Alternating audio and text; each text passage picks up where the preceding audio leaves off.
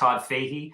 Todd, thanks for spending some time with us today to answer a few questions and talk a little bit about what your organization is going through. Obviously, we're deeply concerned about those who are most vulnerable to COVID-19, and we know that our senior population is experiencing some of the worst impacts of this. The seniors that I talk to have a high degree of anxiety. They're doing their best to take precautions and protect themselves, but it's a population we have to continue to pay attention to make sure that their needs are met. New Hampshire is one of the largest senior populations of any state in the country. I think we might be #2 in the nation in terms of our senior population. And so AARP has a significant presence here. You do a lot of work in terms of public policy advocacy as well as engaging with your members. So thanks for joining us today. Maybe you could start off with by telling us a little bit about the mission of AARP New Hampshire and how you've been responding to your membership and the needs of seniors through this pandemic. Sure thing, Congressman. Thank you for having me. It's always a pleasure, and thank you for highlighting this issue. So you're absolutely right. Second oldest state in the nation by some measures. You know, usually vying for that spot with Vermont and behind Maine. We have about 225,000 members in New Hampshire. One of the issues we're very focused on is caregiving, what caregiving looks like. And we have about 177,000 caregivers. And when I say caregivers, I want to be clear about what that means. So you have family caregivers included in that 177,000 unpaid army of caregivers, which is the backbone of the long-term care system in New Hampshire and frankly nationwide. And then you have a lot of paid caregivers, the direct care workforce, you know about all those folks who do the great work in assisted living facilities and in nursing homes. So, so one thing we're very focused on clearly is what the plight of caregivers is in this whole situation. And it's not just caregivers, and you rightly point out that people over 60 are really disproportionately affected by this pandemic. And there's a great deal of anxiety amongst them for their personal safety, frankly, for good reason. If you look at the numbers, some of those folks are in institutions. There's probably 10, 11,000 of them in New Hampshire. And when that virus spreads in an institution, any institution, as we've seen, whether it's a meatpacking facility or a nursing home or a college dormitory, a cruise ship, the virus seems to thrive in those environments to the detriment of the residents of those places. So we are trying to get information out to caregivers. And we have some questions we ask them and just to help them think about how they give care in this hopefully temporary new world order. And we also have some questions we've given to people when they have loved ones in nursing homes, questions they may ask to allay their fears and to educate themselves. So lots of other items on our agenda, but like everybody else's, our agenda has been contracted and hyper-focused on the matter at hand. So that's the matter at hand for us, Congressman. Sure. I think we have something in the neighborhood of 177,000 caregivers in our state. There may be many new individuals that are caring for those who are sick or infirm right now and are told to stay home and not necessarily seek medical care unless their symptoms are severe. So are there certain precautions caregivers should be taking right now? Are there certain steps they should be taking, resources that are available to them, you know, as they're trying to get through this period and make sure that folks in their household are healthy? Yeah, for sure. So, you know, we have 5 items we ask people to be focused on, and the 5th of the 5 is taking care of oneself. And what we encourage people to do is make sure they're following the guidance of the CDC and state health authorities, right? So we are not experts on health. We don't purport to be experts on health, but we do have some great resources. If you can see scrolling along the bottom of your screen is aarp.org coronavirus, and there are many links to resources. It's really important for people who are caregivers to care for themselves, because if they take ill and get sick, then they can't provide the care that's necessary for these people. And a lot of these folks are, you know, abiding by stay-at-home orders and otherwise are more reliant maybe now than ever on their caregivers. So it's important for the caregivers to care for themselves and then to make sure that in so doing, they can care for the people for whom they're providing care and keep them safe as well, because obviously the risk of transmission is, as we've seen, it's an insidious disease, and it's people have to be very, very hyper vigilant about how they handle their own health and welfare, and indirectly that of people they care for. Yeah, that's a great point. We, have seen some really severe cases in nursing homes across New Hampshire. Unfortunately, we've had a number of deaths in certain facilities. Making sure that our healthcare workforce, our home care workers have the personal protective equipment they need is crucial, not only to protect those workers, but ultimately to protect those that they're caring for. That's critically important. So we're going to continue to fight and ring the bell for more PPE, more testing, which ultimately I think can help in these scenarios where you have individuals who are very susceptible to some of the worst symptoms of COVID-19 and workers that are trying to provide direct care for these folks. I know our state has announced some additional support for home care and nursing home workers to keep them in the job. Obviously, there's a tremendous amount of pressure on the workforce right now. We want to make sure that these individuals are, meeting their financial needs and are able to stay in their positions and keep providing the care that they do. Yeah, I'm glad to hear that. Yeah. We advocated for that. We supported that that push with the governor's office to find some additional funding for those folks because in some neighboring states they're trying to encourage our people to go and go work for them, and these are critically important people who do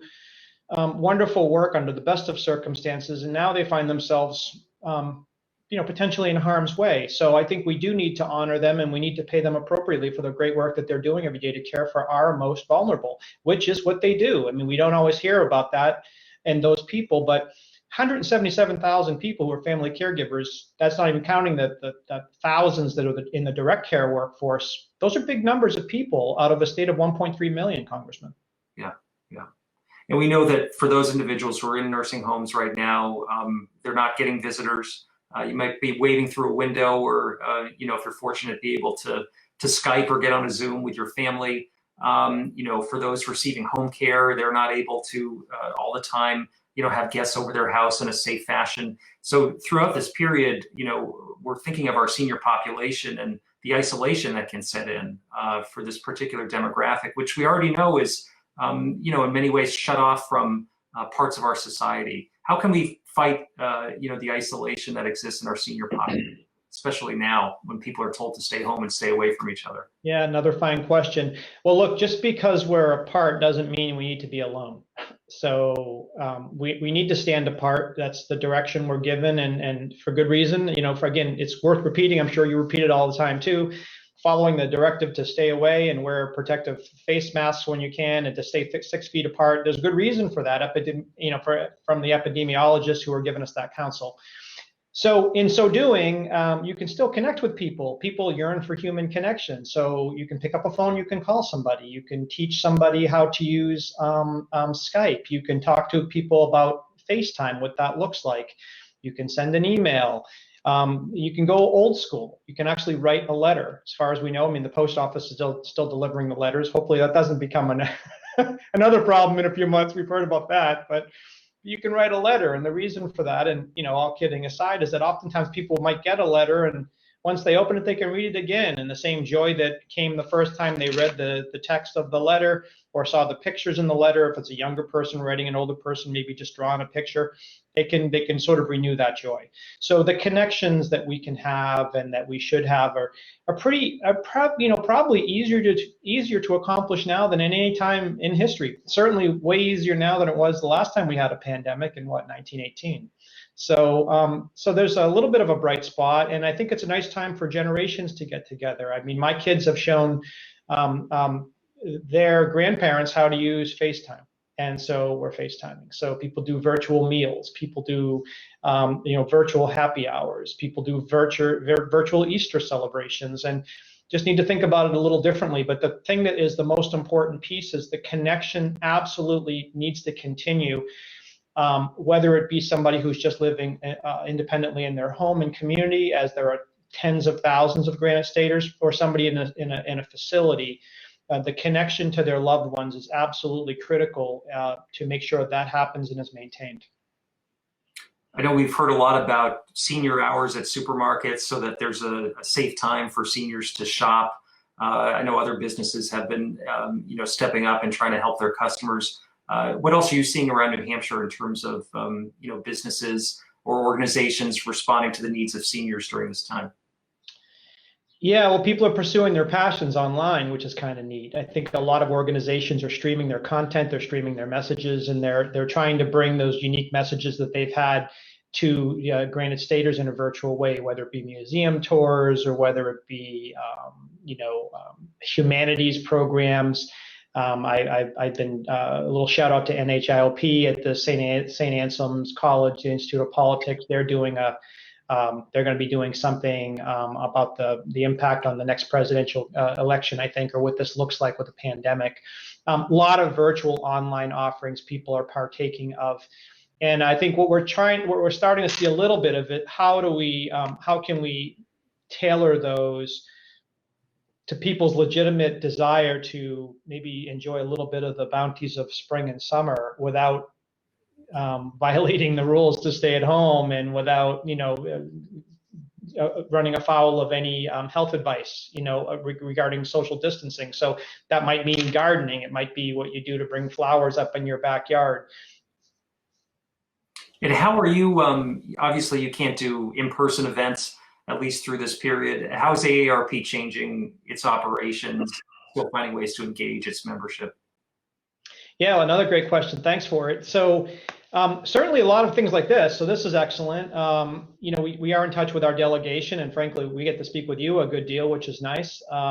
But I think a lot of media focus has been on, and I'm really happy to see it on what it looks like for older people in this, which has been really great. And so it's been an opportunity to get on media. So that's one way we've connected. We've got a lot of virtual offerings, and we're going to be launching quite a few virtual offerings as an organization in New Hampshire that are tailored to the interests of our people in New Hampshire. And again, we have thousands of members, and sometimes, when we put on events, hundreds of people come out to those events. And so that's really ways that we're trying to do it. We're also trying to stay connected to our partners and legislators on key issues in our advocacy realm. It's a little more challenging, but just yesterday we did a teletown hall with Governor Sununu, and it was important to hear from him, as you know, because in many cases this is a state issue, and he's got orders he's issuing. But we also heard from the state epidemiologist and from Commissioner Shibanet of Health and Human Services, people that frankly our listeners and members want to hear from. So that's how we're trying to stay connected and give people what they need. But I will say this, the weight of this on us is not lost. We want to do everything we can to help our people in this time. We are not direct care workers. We are not healthcare providers, but we are a trusted and reliable source of information and a reliable friend advocating for the interests of those over 50 in New Hampshire. So we're doing that work, and we're doing it completely remotely, but we have not stopped. Well, that's great. Well, hopefully at some point in the future, the ice cream days that AARP puts on for seniors around the state will continue. But for now, it's great to hear how you're finding ways to, continue to connect with folks virtually. And I think that information is so important right now. We're all consuming that, whether it's online, the briefings from the governor and state officials on a daily basis, or from the president's task force. It's important that we all stay up to date and listen to the public health voices who are, providing really valuable critical information for us all. And I think to that point, I think it's really most important to consume good information, right? There's a ton of information out there for people to consume, but it may not all be reliable. So it's when you hear about these things firsthand, if you're concerned about what the state directives are, what the federal directives are, if you hear people speaking at night, whether it be the president, the vice president, Dr. Birx, or Dr. Fauci, or the governor, or others, it's a good source. So we're trying to echo that as much as we can, and certainly give direct links to CDC and other information. So it's a tough time for all of us, but I do think we're going to come out of this in a different, maybe a better way. I have to believe that. Well, I hope so too. And I know we're not going to be able to return to normal overnight. And we do hope ultimately we can have a safe, effective treatment and a vaccine available that can be distributed widely to individuals to be able to put this virus in the rearview mirror. But until then, I think we're going to see a lot of modifications being made in society. And I think some of the technological ways that we've been connecting with one another are probably going to be the legacy of this pandemic. We're going to still, use these innovations and in a way that I think can be a powerful tool for us all. Any closing comments, Todd, before we close? Only a real shout out to our leaders. I can't imagine, and on all of them, and I'll start with you. I mean, I can't imagine when you were running for high office that you expected to be in this position. I mean, who would have thought, right? And you're probably a student of some history, as I am, and when you see, I know the day when the World Health Organization's announced the word pandemic, I just looked at my wife and I said, no, this is not going to be a good situation. And, anybody who thinks about these things should know that.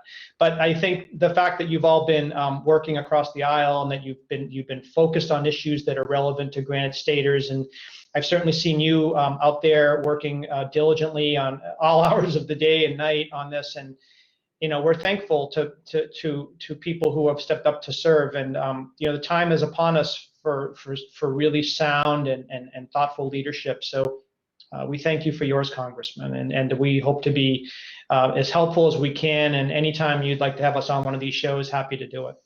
Great. Well, thanks very much for your time. We hope folks will check out the resources that AARP New Hampshire has up on its website, particularly important for those who are caregivers right now, as well as New Hampshire seniors who are going through this pandemic like the rest of us. And please feel free to reach out to our office as well if you have questions, any issues with the federal government as we talk about some of the programs, like the direct payments from the IRS or the small business programs, some of the other healthcare aspects of this pandemic. Please reach out to us and let us know how we can assist you. So with that, Todd, thanks very much for your time, and everyone stay safe out there.